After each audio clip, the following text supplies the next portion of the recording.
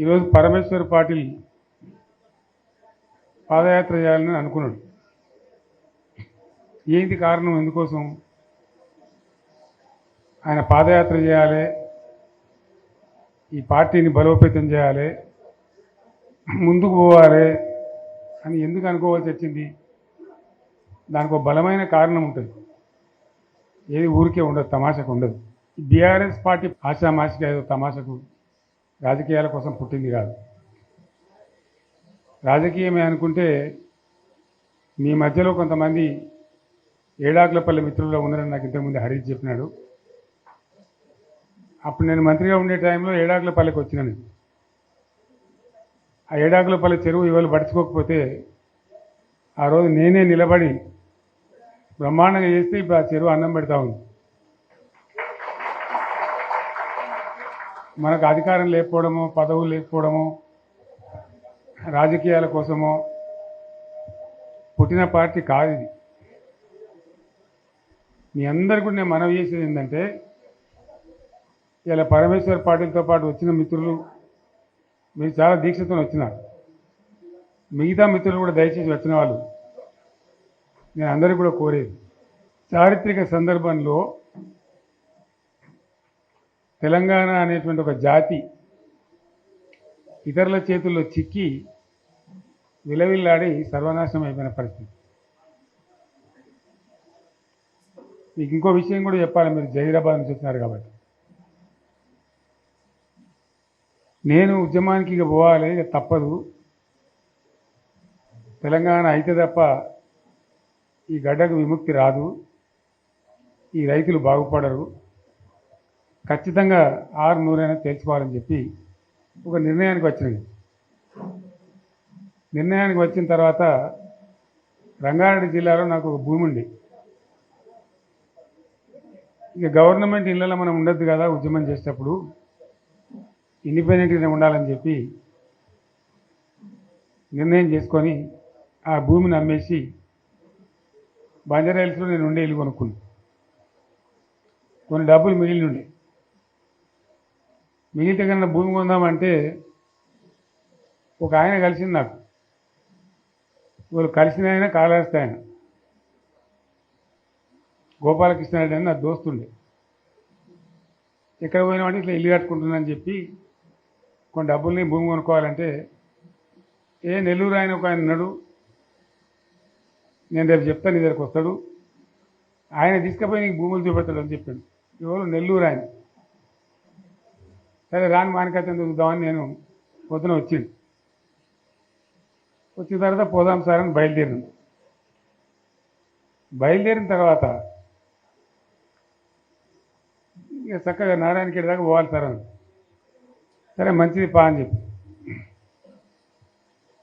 సదాశివపేట కన్నా ముందు నుంచి చూపెడుతుంది నాకు. సదాశివపేట కన్నా జర ముందు నుంచి ఆడ 1700 ఎకరాలు ఆయనే అడ్వాన్స్ ఇచ్చింది. 1700 ఎకరాలు. ఇక ఆ నుంచి ముందుకు పోతుంటే ఇది పలానేది, ఇది పలానేది, ఇది పలానేది చెప్పుకుంటా జైరాబాద్ టౌన్కి వచ్చింది. వచ్చిన తర్వాత కొంచెం మన ఇప్పుడు మొగడంపల్లి మండలైందేమో, ఆడ దిక్కు తీసుకొని పోయింది కొంత దూరం. అప్పుడు జైరాబాద్ మండలం ఉండేది. తీసుకొని పోయి చూపించింది ఇవన్నీ పలాంది. అలా ఒక్కంది కూడా మన తెలంగాణలో పోయలేదు, అన్ని ఆంధ్రలో పోయలేదు. సరే ఇంకేం చూపెడుతున్నాను అడిగింది. ఇంకా చాలా ఉన్నాయి సార్, నారాయణఖేడ్కి కూడా పోవాలి, నాకు అర్థమవుతుంది కదా, తెలుస్తుంది కదా అని చెప్పి సరే ఇలా లద్దు బాయ్సాబ్ ఇక రేపు తిరుగుదామని చెప్పి తెల్లారి మళ్ళీ తీసుకొని పోయాం. ఇక పోయి అటు నారాయణఖేడ్ దిక్కు చాలా దూరం పోయినాం. మన బీదర్ రోడ్ పోతాం కదా, అటు చాలా దూరం పోతే ఇప్పుడు ఈయనది ఒక 60 ఎకరాలనేది నన్ను దొరకపోయినది, అలా చెరుకు పెడుతున్నారు. జరిగి మళ్ళీ మొగడంపల్లి ఇతరులకి జైరాబాద్ రూరల్ మండలం తీసుకొచ్చి వచ్చిన మన బుదేరా గుట్ట ఉంటుంది కదా, అసలు మట్టి గుట్ట ఎక్కించి నిలబడితే మొత్తం కనబడుతున్నాయి ఇట్లా మామిడి తోటలు, ఫామ్ హౌసులు. ఆడ చూపెడుతుంది ఇదే వెళ్దంటే ఇది సత్యరాజు గారిదంటే 300 ఎకరాలు, ఇది పలానా అన్ని ఆంధ్రలో పేర్లే. మన జైరాబాద్ నియోజకవర్గంలో కూడా, నారాయణఖేడ్ నియోజకవర్గంలో కూడా అవి చూసిన తర్వాత నేను రాత్రి హైదరాబాద్ వచ్చిన తర్వాత మిత్రులతో మాట్లాడి ఇక ఉన్న తెలంగాణ ఇప్పటికే పోయింది, 600 సరే తెలంగాణ కావాల్సింది, ఇక ప్రాణం పోయినా సరే కొట్టాలని చెప్పి జైరాబాద్ నారాయణ ఖేడ్ చూసిన తర్వాతనే ఇంకింత బలమైన నిర్ణయం తీసుకొని మొండిగా పోరాటానికి పోయినాం. ఇంకో విషయం కూడా మీకు నేను చెప్పాలి. అయితే ఇతరులు వచ్చి తెలంగాణ భూములు ఆక్రమించడానికి, తెలంగాణ ఉద్యోగాలు కొట్టేయడానికి, తెలంగాణ నీళ్లు మలుపుకొని పోవడానికి ఎవరు కారణం? దీనికి దయచేసి బాగా ఆలోచన చేయాలి. నేను చెప్పేది వట్టి ముచ్చట కాదు. మీరు వచ్చిన వాళ్ళు కూడా వట్టి వాళ్ళు కాదు. ఎందుకు జరిగింది 60 ఏళ్ళు తెలంగాణతోని? ఈ పరాశకాలు ఎవరు? ఆజ్ఞుడు ఎవడు? దీని కారకులు ఎవరు? ఇది చాలా ముఖ్యమైన విషయం. దయచేసి నేను చెప్పేది వినాలి. మీరు వెళ్ళిన తర్వాత మేమీ గ్రామాలలో చర్చ కూడా పెట్టాలని నేను కోరుతున్నాను. తెలంగాణ ఆగమైపోవద్దు కదా, నబటోని ముందర జారిపడద్దు కదా, మనకు కూడా చీము నెత్తురు పౌరుషం ఉండాలి కదా. ఏం జరిగింది? ఎవడు దీన్ని నాశనం పట్టించినాడు? ఎవడు? కాదు కాదు, మన తెలంగాణ వాళ్ళే. సింపుల్ ముచ్చట కదా. దోపిడీ చేద్దామని వచ్చేటోడు ఎప్పుడు దోపిడీదారుడే, కానీ వాడిని సర్ది కట్టినోడు ఎవడు? నేను ఉద్యమంలో చెప్పే కదా, కత్తి ఆంధ్ర ఉంది కానీ పొడిచేటోడు తెలంగాణ వాడే. వాస్తవం చెప్తున్నాను నేను మీకు. ఆ రోజు కూడా అదే కథ. తెలంగాణలో గట్టిగా ఉంటే ఆనాడున్న కాంగ్రెస్ నాయకులు సమస్య లేదు మాది మేము ఉంటామంటే ఎందుకు కలుపుతుంది ఆంధ్రతోని? ఏమక్కడ ఏర్పడుతుండే? మనోళ్ళ యొక్క తెలివి తక్కువతనము, బలహీనతనే మనల్ని జబర్దస్తి వంచబోయి ఆంధ్రలో కలిపింది. ఆ గోస 60 ఏళ్ళు అనుభవించినాం మనం. ఏం గోస అది నాకు అర్థం కాదు. లేక కాదు కదా. కరెంటుకి ఏం గోస పడ్డాం? ఏం పరాస్కలాడు మనతోని? ఒకడు బట్టలు ఆరేయాలంటాడు, ఇంకోటి అంటాడు. జోకులు మన మీద. ఆ ట్రాన్స్ఫార్మర్లు కాలిపోవుడు, మనం లంచాలు ఇచ్చుడు. ఒకసారి యాడ్ చేసుకుంటే ఇప్పుడు మళ్ళీ కళ్ళకి నీళ్ళు వస్తాయి. ఎందుకు పడ్డాం అంత బాధ, అంత అవస్థ? ఆనాడు నేను వచ్చి తిరిగిన బాగా, కానీ నేను ఒక మంత్రిని మాత్రం నేను చేయగలిగేది తక్కువ. ఉన్నంతలో తిరిగిన మా బడంగపేట చెరువు కానీ, ఏడాకులపల్లి చెరువు కానీ, గొడిగాడిపల్లి చెరువు కానీ కొన్ని పనులు ఏదో చేయగలిగినాం అప్పుడు చేసినంతలో. కానీ ఎందుకైనా మంచిది పానం పోయినస్తారని చెప్పి కొట్లాడినాం, దిగినాం. కొందరు వెనుక, కొందరు ముందు. మనోళ్ళు జమ కావడానికి ఆలస్యం పట్టింది, టైం పట్టింది. కానీ తెలంగాణ తెచ్చుకున్నాం. ఒక 20-25 ఏళ్ళు గోసపడ్డ కరెంటు. 25 ఏళ్ళు కదా. మూటలు గాలుడు, ట్రాన్స్ఫారం గాలుడు, లంచాలిచ్చుడు, అంత గోసపడ్డటువంటి బాధను 6-7 నెలలనే 24 గంటలు అందరికీ కరెంటు సెట్ చేసినాం. మరి కాంగ్రెస్ వాళ్ళు చాలా పెద్ద సిపాయిలైనది. ఒకరిని మించిన వాడు ఓడుండే. మరి వాళ్ళు ఎందుకు చేయలేకపోయింది 25 ఏళ్లలో? మన తెలంగాణ వచ్చినాక మరి మనం ఎట్లా చేసుకున్నాం? నడుపుకున్నాం 7-8 ఏళ్ళు. మంచినీళ్ళ బాధ పూర్తిగా తీర్చుకున్నాం. ప్రతి ఇంటికి నల్లాల ద్వారా నీళ్ళు వచ్చాడు, ప్రతి ఇంట్లో నల్లా పెట్టి నీళ్ళు ఇచ్చుకున్నాం. తెలంగాణ వస్తే లాభమైంది. మా ప్రజలకు కొన్ని మౌలికమైన బాధలు పోవాలి, కొన్ని అవస్థలు తీరాలని చెప్పి మిషన్ భగీరథ కావచ్చు, మరొకటి కావచ్చు, కరెంటు కావచ్చు తెచ్చుకున్నాం. 24 గంటలు కరెంట్ ఇచ్చుకున్నాం. ఏమైనా ప్రాజెక్టు చెరువు కింద నీళ్ళు తీసుకుంటే బంద్ చేసినాం. నీటి తీరువా రద్దు చేసినాం. అట్లా ఎన్నో సదుపాయాలు చేసుకున్నాం. రైతులకు బాగా జరుగుతుండే. అప్పుడప్పుడు ఏమవుతుంది? కొన్ని దుష్ట దినాలు వస్తాయి, చెడు గడియలు వస్తాయి. మనోళ్ళు కూడా అలవోకగా ఓట్లేసారు. మీరు గొప్పలో మీరు మాణిక్యరావుని గెలిపించారు. కానీ కొన్ని నియోజకవర్గాలలో నేను చెప్పినా కూడా అప్పుడు మంది మాటలు పట్టుకొని మారమానం పోతే మళ్ళీ వరకు ఇల్లు కాలిపోతుంది, వీళ్ళని నమ్మితే అమాంతం మింగుతారు, మోసపోతాం. రైతు బంధుకు రామరామ అంటారు, దళిత బంధుకు జై భీమ్ అంటారు. వీళ్ళు ముంచుతారా నాయన అని చెప్పిన నేను. ఏమో మీ సంగతి ఎంతో చూద్దామని ఆయనతో వేసారు. వేసింది ఇరుకపోయారు, బాయిలో పడ్డారు, అయిపోయి ఉన్నాయి అన్ని వీక్ అయిపోయి. మళ్ళీ మొదటికి వచ్చానా కైలాసం ఆడలో పెద్ద పంపింగినట్టు అయింది మళ్ళీ. అంతే కదా, గ్యారంటీగా మంచిగా సంసారం జరుగుతుంది. ఇద్దరు తువ్వకొచ్చినాం, రైతులు ఇంత ముఖం తెలివి అవుతుండ్రి, ఇంత బాకీలు కట్టుకుంటుండ్రి.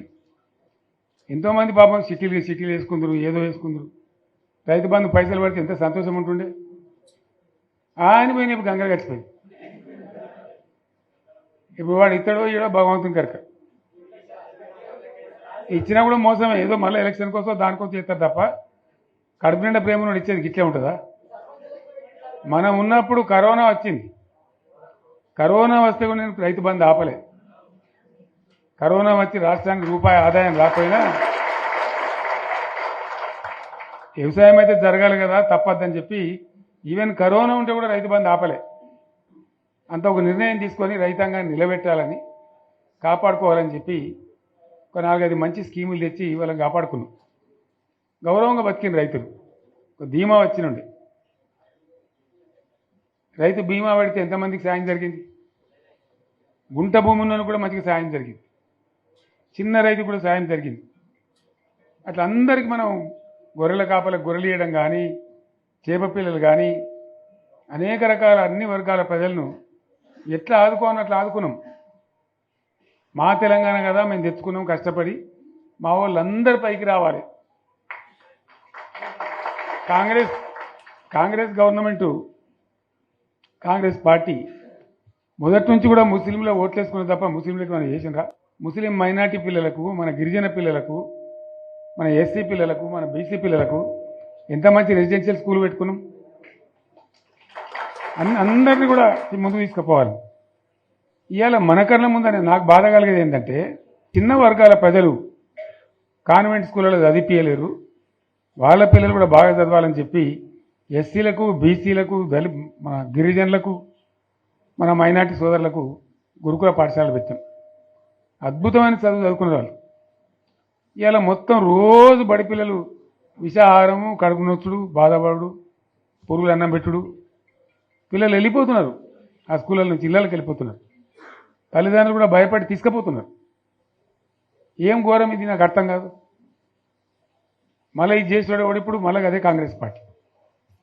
అంతేనా? మళ్ళీ పాత కాంగ్రెస్ మోపోయింది, మళ్ళీ కరెంటు కోతలు మోపోయినాయి. ఎండాకాలం ఇంకేం గతి అవుతుందో, మార్చి ఏప్రిల్ ఏమవుతుందో. ఇంకా ఇక్కడ కరెంటు కోతలు మోపోయినాయి, ఇటు మంచినీళ్ళు సరికొత్తలేవు, అడిగే నాతులు లేడు. ఎవడన్నా గట్టిగా నిలదీసి అడితే వాడిని పోలీస్ స్టేషన్లో పట్టియడం. ఇదేనా రాజ్యం? ఇట్లా ఉండదా రాజ్యం? ఎందుకు వచ్చింది ఈ పరిస్థితి చెప్తా. నాకు తెలిసి నాకేం గుర్తులేదు. నేనేమంటున్నా అంటే, ఇట్లా అనేక పనులు చేసుకున్నాం. మనం గోదావరి నుంచి నీళ్ళు తెచ్చుకున్నాం. నీళ్ళు తెచ్చుకొని మంచినీళ్ళ తర్వాత సాగునీళ్ళు వెంబడబడ్డాం. మెదక్లో యువతల ప్రాంతం అంతా కొంత అందినాయి నీళ్లు, పాత మెదక్ జిల్లాలో. మీదికి మిగిలిపోయినాయి మన 2 తాలూకాలు ఉండే, నారాయణఖేడ్, జైరాబాద్. వాళ్ళకి నీళ్ళు రావాలి. ఎట్లా రావాలి గోదావరి నీళ్లు? సింగూరు ఓ టైంలో నిండుతుంది, ఓ టైంలో నిండదు. మరి నిండినప్పుడు ఎట్లా? గోదావరి నీళ్ళే దిక్కు. ఇక్కడ ఏదైతే మలన్న సాగర్ కట్టామో 50 టీఎంసీలతోని, దీనికే లింకు చేసి సింగూరు నింపేటట్టు సింగూరు నుంచి లిఫ్ట్ చేసి సంగమేశ్వర, బసమేశ్వర అని 2 లిఫ్ట్లు పెట్టుకున్నాం. 2 తాలూకాలకు, రెండింటికి కూడా లక్ష ఎకరాల పైచీలకు వచ్చేటట్టు ఎకరాల నీళ్ళు వచ్చేటట్టు పెట్టుకున్నాం.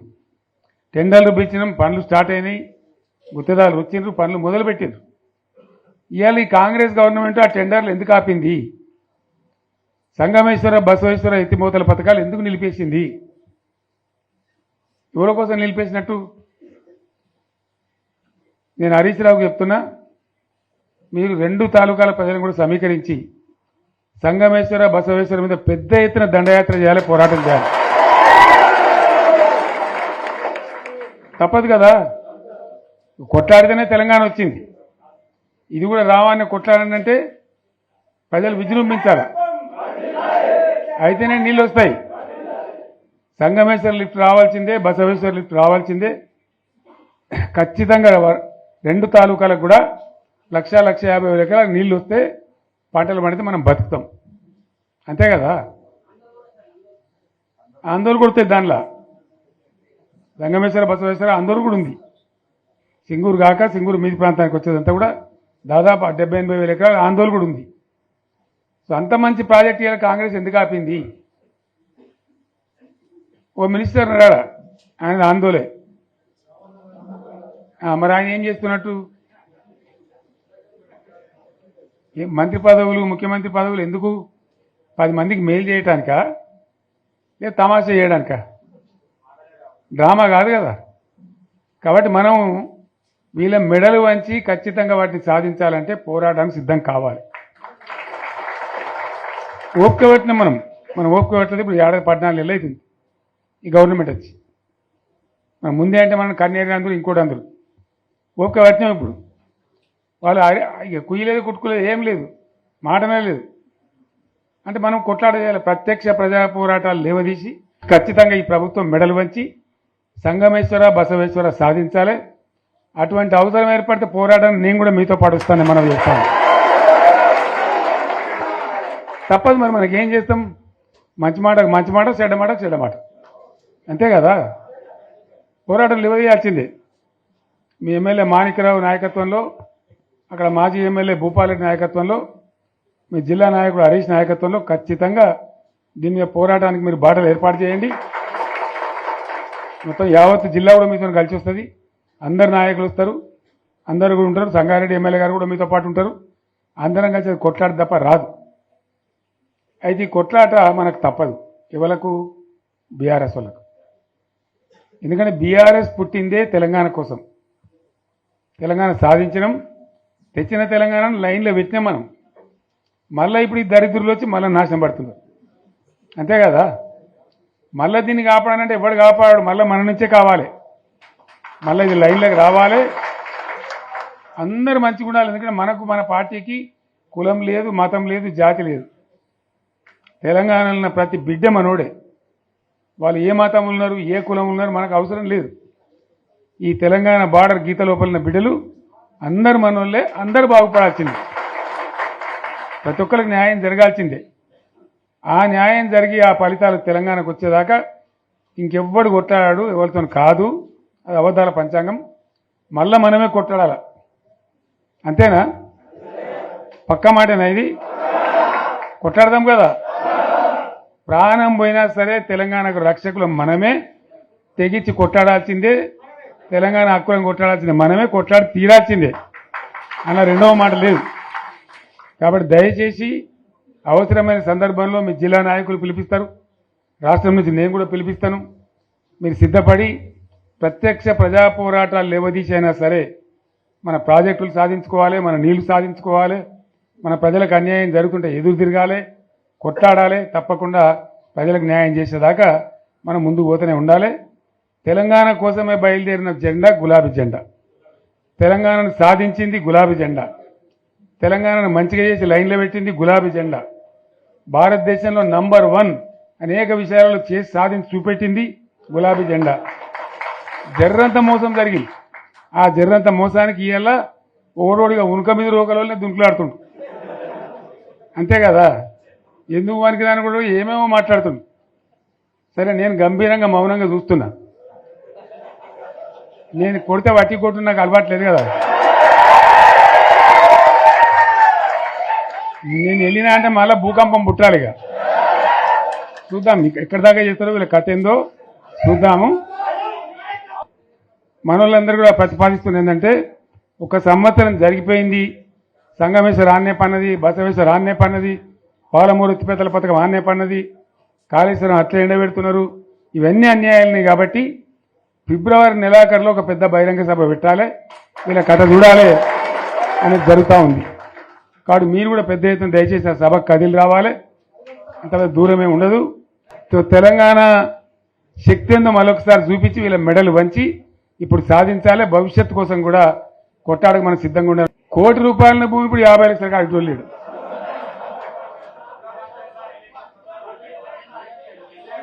ఈ ఒక్కని బాధగా ఉంది వచ్చారు హైదరాబాద్కి. అందులోకి ఇద్దరు ముస్లిం సోదరులు వచ్చారు. साहब सोप तबाह हो गया, इफलासी मुफ्त क्या तबाह होगा, तुम्हारे क्या हो, तुम हैदराबाद में तुम लोग हैं, मेरा कारोबार है साहब, मेरा छोटा मोटा कारोबार है, होटल भी है, 70% गिर गया अब. हर कोई पूछ रहा है, हर कोई केसीआर को याद कर रहा है साहब अंటారు. వాళ్ళు మాట్లాడుతున్నారు. ఎక్కడ ప్రతి ఒక్కరు భూముల ధరలు పోయినాయి, మన్ను పోయినాయి, మసానం అన్ని పోయినాయి. ఎంత మంచిగా 4 ఎకరాల రైతు నేను 4 కోట్ల ఆసామని అనుకుంటుండే, అంత ధీమా ఉండే, ఎంత బాగుండే.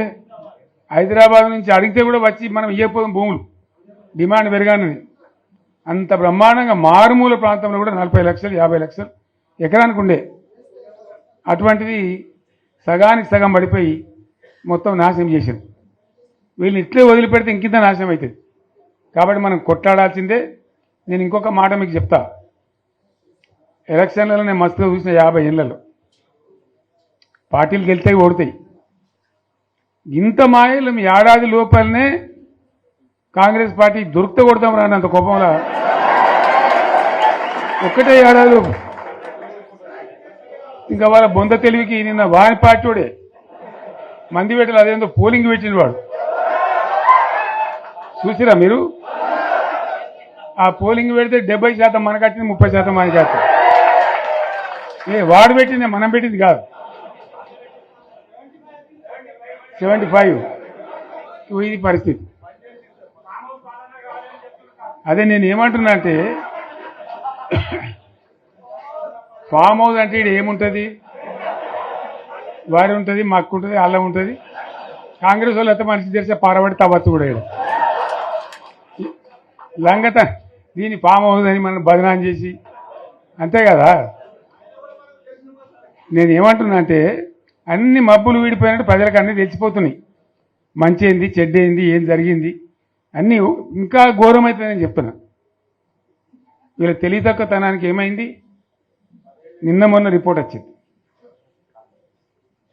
Comptroller and auditor general of India అని కాగ్ అంటారు దాన్ని. కాగ్ రిపోర్ట్ వచ్చింది. గవర్నమెంట్లో వచ్చిన ఆదాయం కంటే 13,000 కోట్ల రూపాయల ఆదాయం తగ్గిపోయింది. ఇంకా మార్చికి పోయేవరకల్లా ఇంకో 3-4 వేల కోట్లు అవుతుంది. అంటే 15,000 కోట్ల ఆదాయం పోతుంది. 15,000 కోట్లు పెంచుకుంటూ పోయినా నేను చెప్పి చేసుకుంటూ పోయినాను. ఏడాది 10 నుంచి 15,000 కోట్ల ఆదాయం పెరిగేది మన టైంలో. అంత జాగ్రత్తగా మనం వ్యవహారం చేసినాం. ఇలా ఉల్టా 15,000 కోట్లు పడిపోయింది. ఇంకా వాడేమిస్తాడుగా, ఇంకేమైనా ఇస్తారా? ఇంకో 4-5 నెలలు అయితే జీతాలకే కష్టమైంది ఉంటుండ్రు. అందరు పెండింగ్ పెట్టి రిటైర్ అయిన దొరుకుతలు పైసలు మీరు చూస్తాను కదా పేపర్లలో. సో ఆ విధంగా రాష్ట్ర ఆర్థిక పరిస్థితిని కూడా దివాలా తీయించారు. ఇవాళతోనేం కాదు, 100కు 100% ఇప్పటికే ప్రజల నిర్ణయానికి వచ్చిండ్రు. డెఫినెట్గా రాబోయే గవర్నమెంట్ మనదే అని అనుమానం కూడా అవసరం లేదు. ఏమాత్రం అనుమానం అవసరం లేదు. ఆ విధంగా పరిస్థితి ఇప్పటికే తయారై ఉంది. కాబట్టి దయచేసి నేను మీ అందరినీ కోరేది, మీకు మంచి ఎమ్మెల్యే ఉన్నాడు మాణిక్రావు గారు. ఆయన నాయకత్వంలో మంచిగా పనిచేసి మంచిగా ముందుకు పోయి చాలా చక్కగా మంచి ఫలితాలు భవిష్యత్తులో సాధించాలి. పరమేశ్వర్ పాటిల్ గారికి, వారు వెంట వచ్చిన మిత్రులకు నేను ప్రత్యేకంగా ధన్యవాదాలు చెప్తా ఉన్నా. ఇటువంటి కార్యకర్తలు, ఇటువంటి నాయకులే పార్టీకి పట్టుకొమ్మలు, తెలంగాణ జాతి రత్నాలు. తెలంగాణకు ప్రమాదం వచ్చిందన్నప్పుడల్లా ఇటువంటి బిడ్డలే అక్కడో లేచి నిలబడి మళ్ళీ మా తెలంగాణని ఆ సోయి చూపెడతా ఉన్నారు. మీరు నడిచిన 140 కిలోమీటర్ల పాదయాత్ర వృధా పోదు. ప్రజలందరూ మిమ్మల్ని చూసిండ్రు. దాంగా తోపంట కూడా మీతో ఎంతోమంది మాట్లాడిండ్రు, అడిగిండ్రు మిమ్మల్ని ఎందుకు పాదయాత్ర వస్తున్నది. మీరు కూడా అందరికి చెప్పిండ్రు, అంతే కదా. మీకు కూడా అర్థమైంది ప్రజలు ఎంత వ్యతిరేకం ఉన్నదనేది. సో ఆ రకంగా మీ పాదయాత్ర వృధా పోదు, మీ కష్టం వృధా పోదు. తప్పకుండా రాబోయే రోజుల్లో విజయం మనదే. అయితే మన విజయం మన కోసం కాదు, అది తెలంగాణ విజయం కావాలి, తెలంగాణ ప్రజల విజయం కావాలి, తెలంగాణ రైతుల విజయం కావాలి.